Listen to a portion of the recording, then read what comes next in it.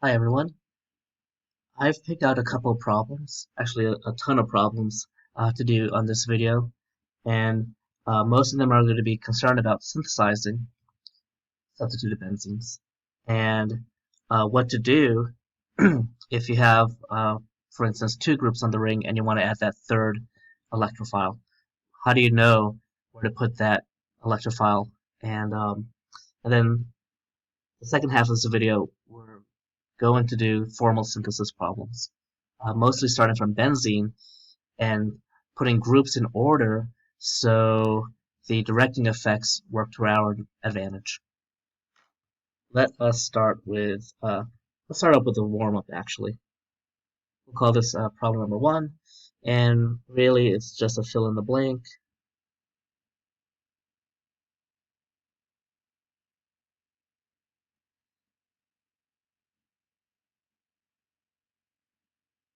I am going to use the terminology good group, bad group, and ugly. The good, the bad, and the ugly.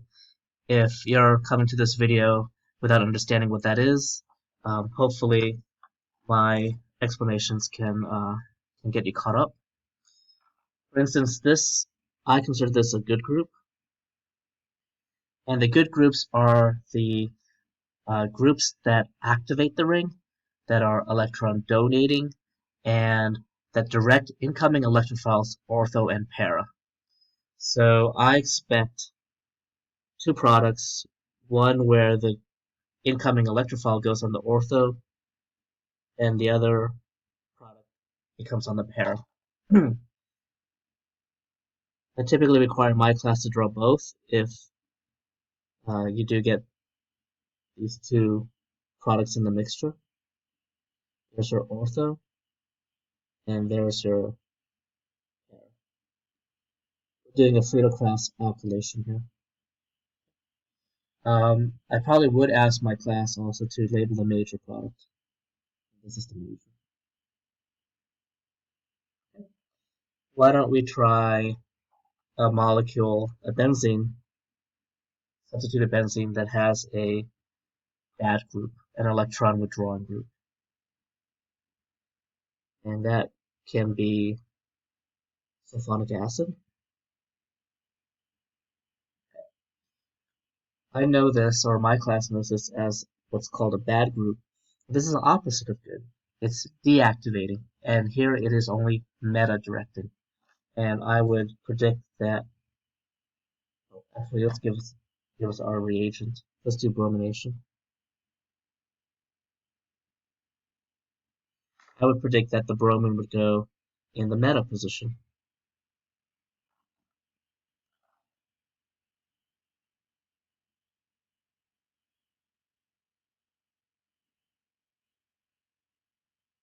And what are we adding? We are adding a bromine.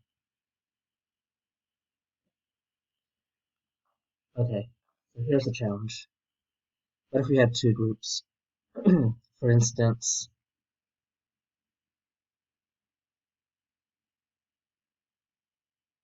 it seems like the class is going to get a lot of practice drawing these hexagons. But what if we have two groups already on the ring? We have a methyl group and a nitro group.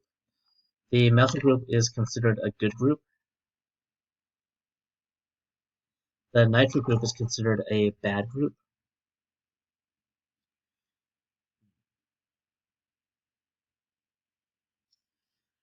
I'm going to make this easy, especially if you're in my class.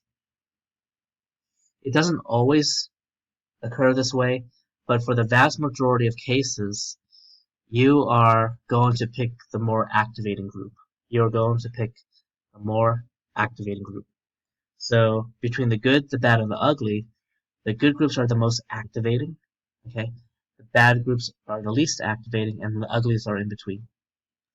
So we are going to go by the good group, and we are doing a chlorination in this case.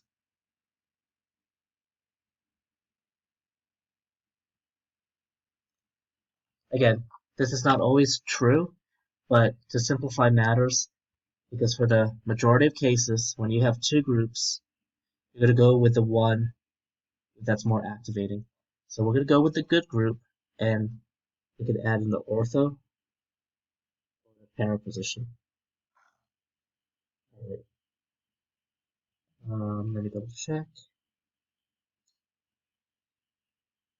Yes, let's do it that way.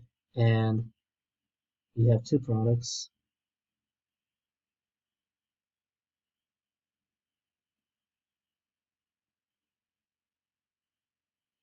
One in the ortho, and we're adding the chlorine, and one in the para.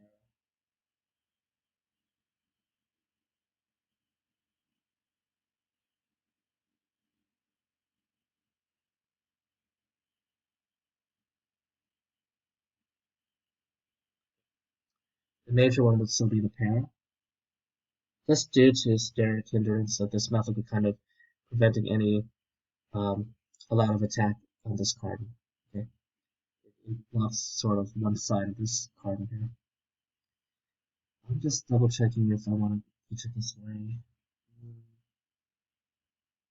Ah, yeah, I'm gonna go with this. But actually, not only does the good group say ortho and para, see this is a bad group, and the bad group is meta-directing. So they actually are in agreement with each other. Yes, they are in agreement with each other, where the nitro group wants to add in the meta position relative to itself. Right, so this is the ortho to the methyl group, but it's also meta to the nitro group. So I'm happy with that. They both agree where the chlorine should go. How about how about this one?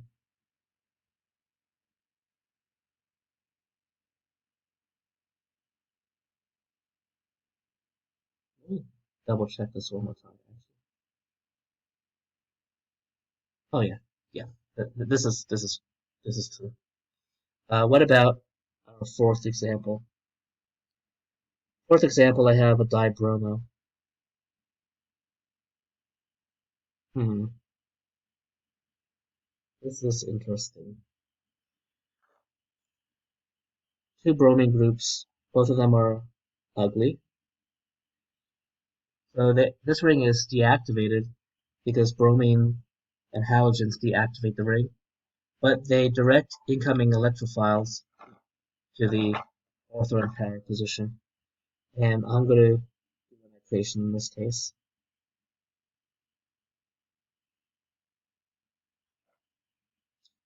Well, for this bromine, the ortho position is here,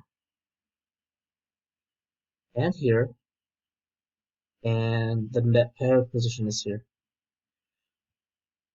Oh, awesome. For this bromine, this is ortho, this is para. So these two groups, now they're on different carbons, but they both agree that the incoming nitrate group can go here, here, or here. But there is a rule, I haven't mentioned this before, you don't want to put a group in between two other groups because that's hindered sterically. So I'm going to put an X here. Okay. Now the thing is, let's draw our two products. So again, both of these bromines agree that the nitro group should go here and here, right? Because let's for instance this position here. That's ortho to this bromine, but it's also para to this bromine, right? And ugly groups want a direct ortho and para.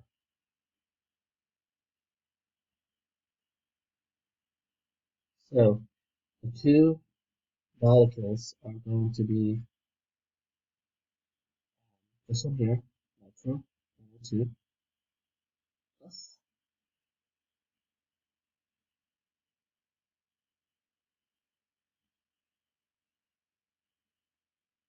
nitro right here, number 2.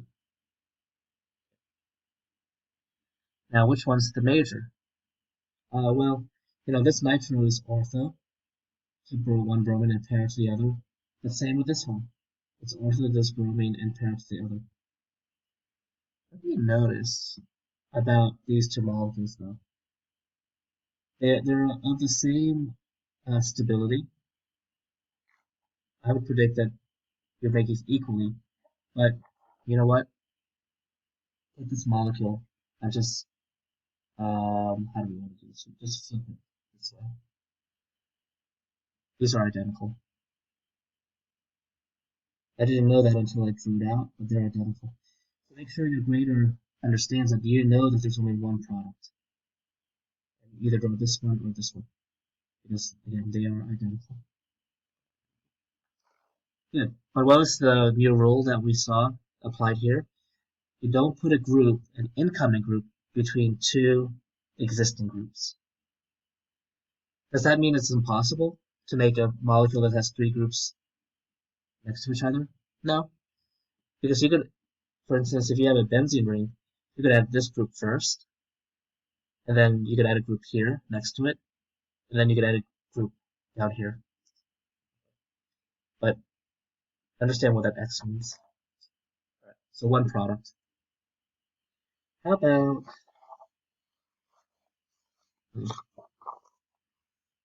I have this example? Let's try this example. We're close to doing syntheses, but let us practice a little more. Fill in the products. Is this one that we did before? Let's do regular bromination. We haven't done any Friedel-Crafts yet. We'll do that next. Okay. Good group. Ugly group. Oh, this is, I think, a conflict. Because the good group wants to put stuff at the ortho and the para position. This ugly group wants to put stuff here, ortho to it, and here, para to it. So now we have a disagreement. When you have a disagreement, go with the one that's more activating. So we are going to say the good group is going to decide where the bromine goes. The good group is going to decide where the bromine goes, and the bromine is ortho. Right? Ortho relative to this methyl group, and para relative to the methyl group.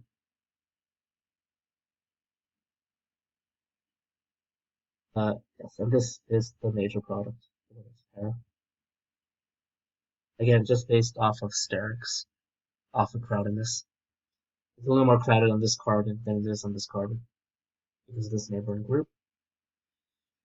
Are these different? Yeah, they're definitely different. And yeah, see, here's in the case where we have three groups in a row. 1, 2, 3. So it is possible to make tri-substituted benzenes where the substituents are on carbons 1, 2, and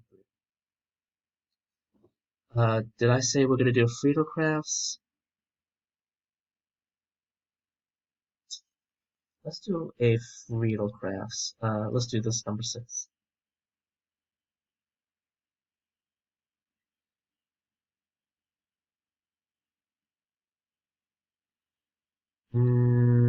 Let me give us two good groups. Let's put a methyl group here and then an OH group right here. Let's do Friedel-Crafts, and I'll do Friedel-Crafts alkylation. What does this look like? PHCH2Cl, and we have AlCl3. We have two good groups. Good and good. And they're conflicting because this good group says put an incoming electrophile at the ortho and the para, those two positions. And this good group is saying, well, the ortho position relative to me is right here actually, and the para is right here. Two different carbons. You're going with the one that's more activating. So this is more, remember the OH group was very activating or very electron donating versus an alkyl group. But this is more activating. There, they are the decider, and you're going to go here, ortho, and para. Now, what is this pH deviation? pH is a phenyl group, which is essentially a benzene, and then we have a CH2 group. So if you want to draw it out, I'll draw out the first. There's your CH2 group, and here's your phenyl. The phenyl is really benzene. And one of the products is ortho. And then the para looks like this.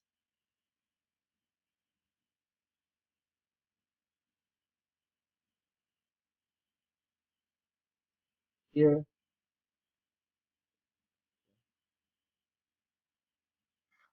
I think some of you are asking yourself, well, I know Friedel-Crafts alkylation, there could be a rearrangement. Let's draw this out. And I'll ask you, should we rearrange this halide? See? The point of attachment is going to be that dot because this cannot rearrange into a more stable,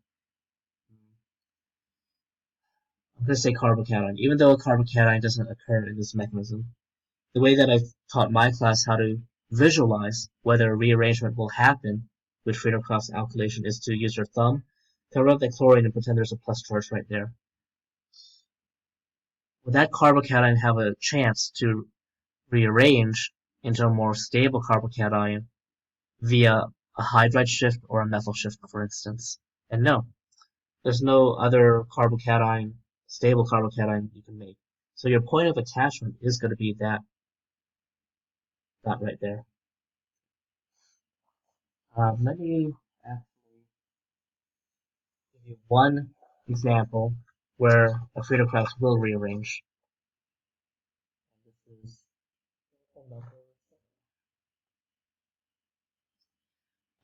Let's do this. Let us use.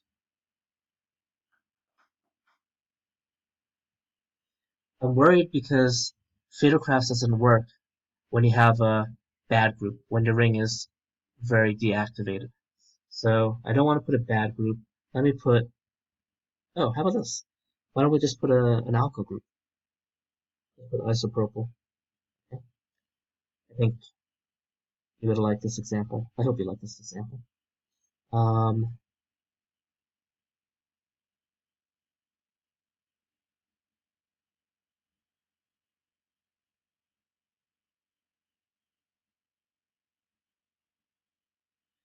This one's going to get complicated. My apologies.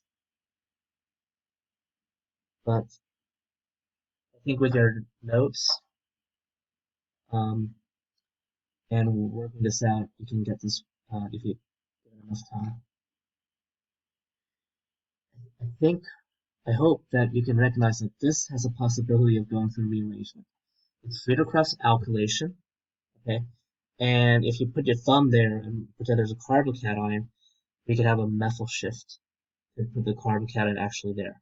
Again, I say carbocation as like a mnemonic, as a tip or a trick to figure out where to put the point of attachment. In real life, you're not making a primary carbocation ever. Okay, I'm not going to show you the mechanism. It's you can probably find it in your textbook, but I wouldn't worry about it. So this is a good group. Okay, we didn't do this analysis yet, so we're going to have ortho and para. The thing is, your point of attachment now is not this carbon here. How do I do this? You go ahead and draw out a theoretical carbocation.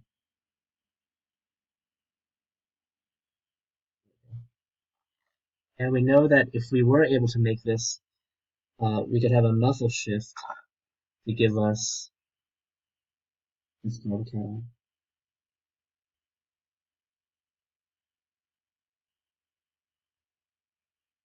That's tertiary. Not only that, it's benzylic. So it's super stable because of resonance. Again, doesn't really exist, but this is a way to get to the product as quickly as possible. And I'm going to draw the ortho substitution first. What is the trick? So now this becomes the point of attachment. Attachment. It's very crowded, I know. Let me take care of the ring and the alpha group.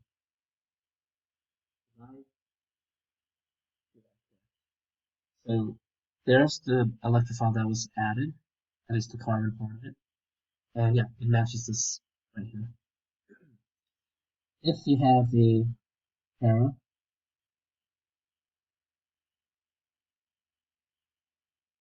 synthesis. If we have the para, there's a point of attachment, the dot. That dot has a methyl group, and ethyl group, and another group. This would be the major, again, because of synthesis. Let us take care of this one first. Starting from benzene, I want us to string together a bunch of reactions. It could be 2, it could be 3, it could be 4. Don't base it off of these arrows here. That just tells my students that there's a synthesis problem coming. And I want to make this.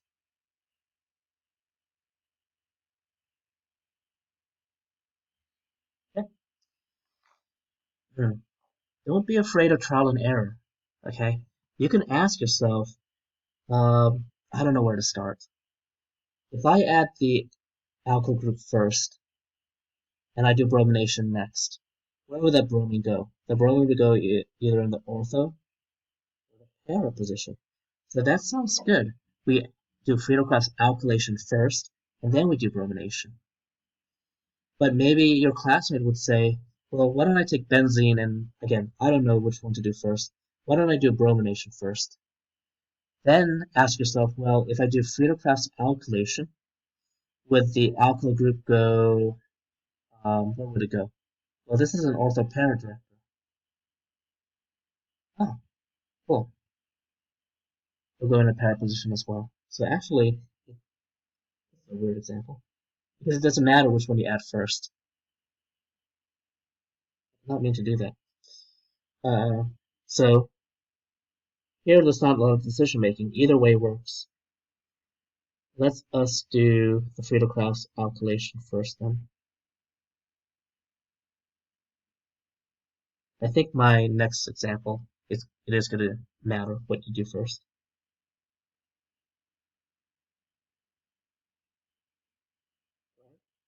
And then bromination.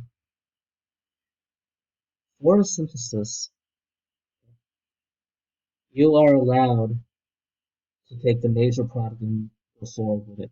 You don't have to draw both the ortho and the para. Okay? And here we want the para. And that was not the example I wanted to do. The example I wanted to do was this one here. And this one is going to be much more interesting, I hope.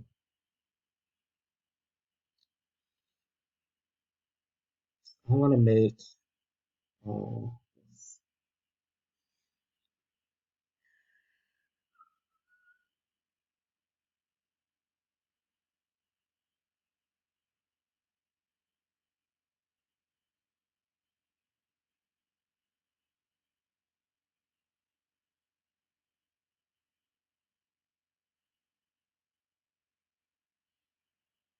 now we might have to rely on trial and error. If I chlorinate first, okay, and I have this, that doesn't look great because any incoming electrophile will go ortho or para, not meta. So without drawing anything else special to paper, I'm concluding that don't do chlorination first. Right, Cl2, FeCl3. Because that's an ortho-para director, and my next group is in the meta position. Huh. Actually, if I add this group now, the chlorine is in the meta position. So I can't even add that first. What do you notice here? I need a meta director. I need a meta director at some point.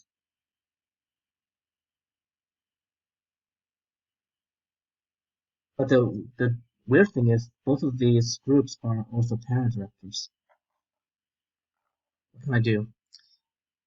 Well, the other thing is, this looks like an alkylation. But do you notice that if I cover up the benzene part, and I would have attacked this carbon here, well, if I use the alkyl halide to deliver this group, wouldn't that rearrange? That would rearrange. So as a scratch sheet of paper, just to prove it to you, if I had this benzene, and I literally tried to add that alkyl group via alkylation, but do you see that if I pretend to make the carbon cation here, Friedel-Crafts alkylations are notorious for rearranging. I could get that carbocation to be secondary by shifting a hydride. Your point of attachment actually is now this carbon, and you don't get the alkyl group that you want, you get this alkyl group. So the point of attachment now is that carbon there, the secondary carbon. I have an ethyl group, and on the right I have an isopropyl. I'm still adding 1, 2, 3, 4, 5 carbons. 1, 2, 3, 4, 5 carbons. 1, 2, 3, 4, 5. But now the point of attachment is there, and it doesn't even look like the alkyl group that I'm targeting. So this is no good, right? What's the trick? You got to remember the trick that, well, if I want to put in an alkyl group and I want to avoid rearrangement, let me do acylation. That's the trick. So it's your job to figure out what alkyl acid chloride I need to do Friedel-Crafts acylation. And I would just draw it like this. Actually. See, I'm trying to match that group there. I'm trying to match this group here. So this group matches this group. Because acylation has no rearrangement, your point of attachment will definitely be that carbon. That will help me get at least the carbons onto the ring. Now, the thing is, not only did I get the carbons onto the ring, since it's an acylation, I have a double bond oxygen. Does that matter? And let me just make sure I'm copying this correctly. Right, is that the same group? Carbon, CH2, C, which is methyl groups. Okay, so I'm here. I want this alpha group. So you know Wolff-Kishner and Clemmensen can get rid of this carbonyl group. Should I do that? No, because if I do that, that alkyl group now is an orthopara director. What did I say when I did my analysis? I need a meta director because these are meta to each other. Oh, isn't that fortuitous? This carbonyl group is a bad group. It's a meta director, not an orthopara director. So why don't I take advantage of this meta directing group now and do my chlorination? And then I'll do the reduction. These are the puzzles that you have to figure out when you're putting a synthesis together to get 2 groups, to get 3 groups onto a benzene ring. And now let me do Clemmensen. What is that? That's the zinc mercury amalgam or alloy, and then it's under acidic conditions. So, oh, meta, right here. And now when I do the reduction, I get the alpha group that I wanted, and the chlorine is what I want. If I zoom out, did I accomplish what I need to accomplish? Here's my target, number 9. Yes, right? These are identical. A lot is going on here. Okay. Not only do we have to keep track of our directing effects, we have to keep track of that really cool trick that we can add any carbon chain that we want by acylating first and then getting rid, right? Getting rid of a carbonyl group via a Clemmensen or a Wolff-Kishner reduction. I have a couple more examples. I think I may save those for class. Okay, we've done 9 examples, 2 syntheses. The first synthesis we did was pretty easy because it didn't matter which one you added actually first. Here the order matters and this trick of doing a reduction to get the alpha group.